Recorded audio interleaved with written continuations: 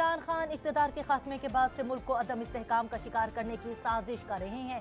वज़ीर दाखिला राना सनाउल्लाह कहते हैं, सियासी जमातें यकसू होकर उसे इक़्तिदार से बाहर ना निकालती तो मौशी तबाही का अजाला कभी मुमकिन ना होता। गुज़श्ता दौर में सियासी इंतकाम के सिवा कोई काम नहीं हुआ। पहले इल्ज़ाम तराशी फिर यू टर्न की पॉलिसी। इमरान खान ने अमरीकी साजिश के बयानिए को अपनी गलत फहमी करार दे दिया। कहते हैं अब पता चला है शहबाज शरीफ ने एस्टेब्लिशमेंट के साथ हुकूमत गिराई, अब नवाज शरीफ नाअहल करवाने की साजिश कर रहे हैं। मुझे इंतखाबी रेस से निकाल कर इलेक्शन करवाया जाएगा। मुल्क चोरों के चुंगल से बाहर नहीं निकल सकेगा।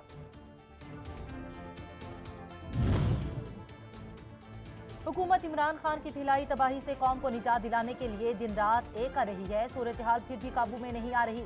मरियम नवाज कहती हैं, अवाम को रिलीफ देना अव्वलीन तरजीह है, लेकिन अमल दरामद फिलहाल मुश्किल दिखाई देता है।